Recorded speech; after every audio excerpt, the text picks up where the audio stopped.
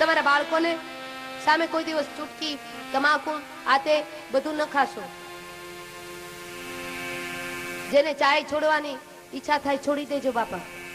કારણ કે બાળકની નિર્વ્યસની કરાવવું હશે તો તમારે પોતે નિર્વ્યસની થવું પડશે. તો આત્મદેવ બ્રાહ્મણને ફળ આપ્યું અને ફળ મેરે ભાઈ બહેન આત્મદેવ બ્રાહ્મણ લઈ અને પોતાના ઘેર ગયા. ઘેર જઈ અને એની પત્ની હતી ને એને આપ્યું. આત્મદેવ બ્રાહ્મણ સત્સંગી છે, સારા માણસોની સોબત કરે છે, પણ એની પત્ની સાવ અવળી જ છે. આ તો બે પૈડા ક્યારે બરાબર મળે? ભગવત કૃપા હોય તો. બાકી તો કૂતરું તાણે ગામ કોર અને શિયાળ તાણે સીમ કોર તો આ કોઈથી મેળ ન પડે.